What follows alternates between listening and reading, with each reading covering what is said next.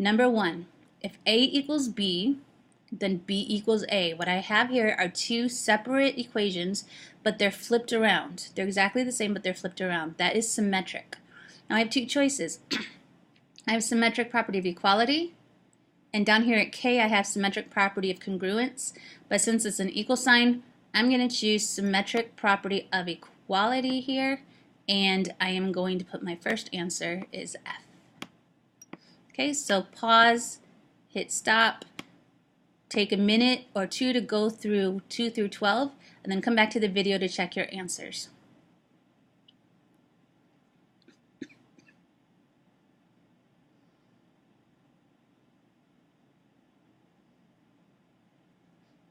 Okay, so here are the correct answers. Check them and see if you missed any, and look for the reasons why. Help each other if one person got it right and one person got it wrong. And if there's anything here you don't understand, circle it so you can ask me about it when I come back. So here we go. Let's try some of these together. You have these written on the back of your page, so I had to pre-write them because my machine is kind of broken, but you can copy them down. You can hit pause if I'm going too fast. See on your paper how this is already written down for you? That's the problem that you're supposed to solve. So that's called given. It's what they gave you to try to solve. So go ahead and write that down. Number one is given. I put a little number one over here so that my steps will match. Now unfortunately, we're starting off with a fraction right here. Some of you might want to distribute 1/5 times A plus 1/5 times 10, and that's fine. Personally, I would like to get rid of fractions as soon as I can.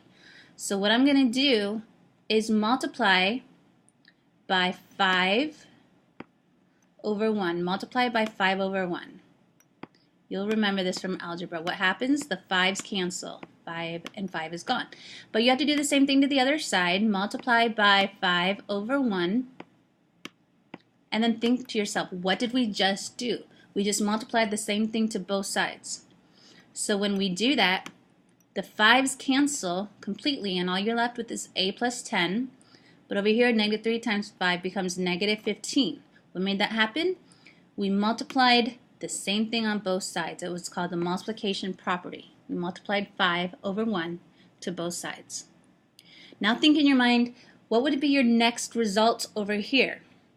You want to get A by itself, so what would you do to both sides? You would probably subtract 10 here and here.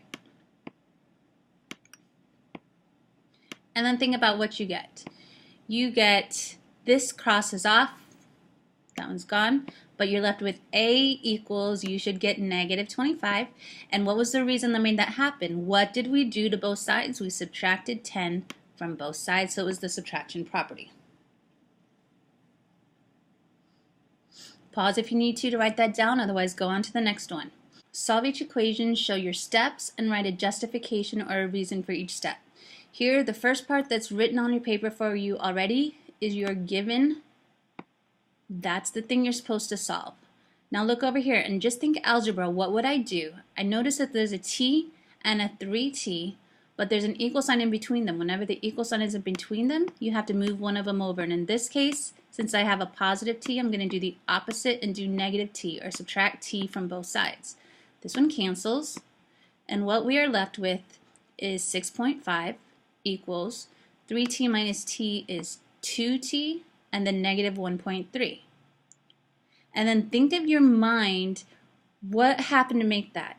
Or what happened to make this result? You did minus t on both sides. That was the subtraction property to make that happen. On this one, we have the t here now, and what we have to do is try to get that by itself. So we have to get rid of the negative 1.3. We do that by adding 1.3, and we do that to both sides, plus 1.3. And when you do that, you get a new result. Your reasoning for the new result gets written on the right-hand side. What we end up with, while this cancels, over here you have 7.8. And you guys can use your calculators, of course. 7.8 equals 2t. We added the same thing on both sides, so it's the addition property. Now we still need t by itself. What would you do on both sides? you would divide by 2. You want the t by itself, so divide both sides by 2. Eventually we'll get to where we do these things in our head rather than write them down. The addition property is what we did here, but now to divide by 2, what is our result? We get 3.9 equals t. And how did we get that? We divided on both sides. That's called the division property. And this is okay, but sometimes you'll see people or tests or quizzes or something that likes to see it written this way. T equals 3.9. If they do that, think about what you did earlier today that can make that happen. That it's the exact same thing, only turned around. Can you remember it? It was the symmetric property. When you take the exact same equation, but you just flip it around, that's the symmetric property. All right, and one more of these for you to look at. Right here. Let me make sure I did this one right. Yeah. Okay, so in this case, what's given to us is not the first equation. What's given to us is this picture. So write the given up here across from that picture. And then what they did was they took that picture and they did all this solving with it. So hj is equal to hi plus ij. How did they do that? They realized that segment hi could be added to segment ij, putting these two smaller segments together and coming up with the segment hj all the way across. Can you remember what that's called? We did lots and lots of it a couple chapters ago.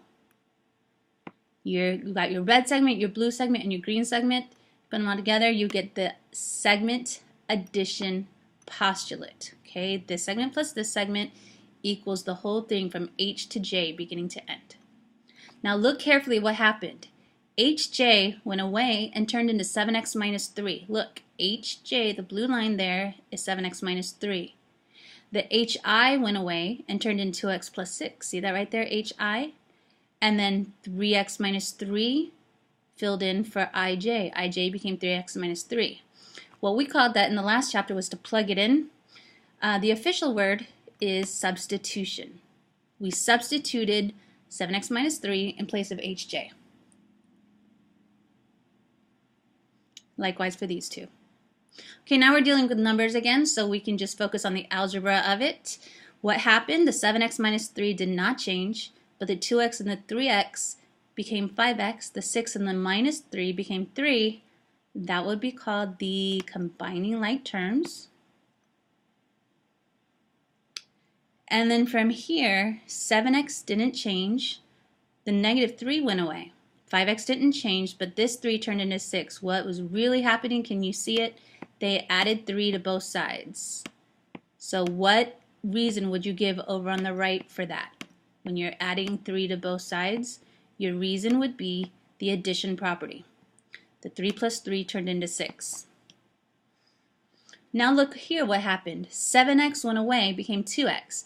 5x is gone, but this positive 6 is still remaining. What did they really do? They subtracted 5x from both sides to get the next result. So what word would you write over on the right-hand side then? That's right, you'd write subtraction because you subtracted 5x from both sides and you get 2x equals 6. And the very last step, you have to get x by itself, so what do? Exactly, you divide and you are using the division property to make that happen. So it's division, you get x equals 3, and you write down the division property. You just write down on the right-hand side what you already did on the left-hand side. And for the bottom of the page, I want you to just try to look at these examples and give a name for the property that fits. One of them's kind of tricky, so I want to go over those, but take a minute right now and try to give this a name. Write a property that justifies each statement. M equals n. So you're allowed to say that n equals m. You're allowed to take that equation and make it backwards. Hit pause and write down all 4 of what you think the answers would be. Then come back. Okay, so for this one, it should have been symmetrical or symmetry. Okay, the symmetric property of equality because the equal sign is turned around. For this one, it's exactly the same. No flipping around, no turning around. It's reflexive. It's like it's looking at its own reflection, and it's exactly the same. All right, for this one though, this is the tricky one. I'm gonna look at this one. KL is congruent to LK. You should have said reflexive, not symmetric. I hope you didn't say symmetric. But if you did, fix it right now. Because look, symmetric requires two different equations that got turned around. Reflexive means that what's on this side is the same as what's on that side. And I know it looks like it's turned around, but think about it. Here's segment KL, right?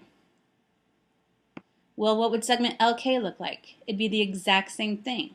It's just another way of writing it. It's like saying your first name or your last name. You're still saying the same person.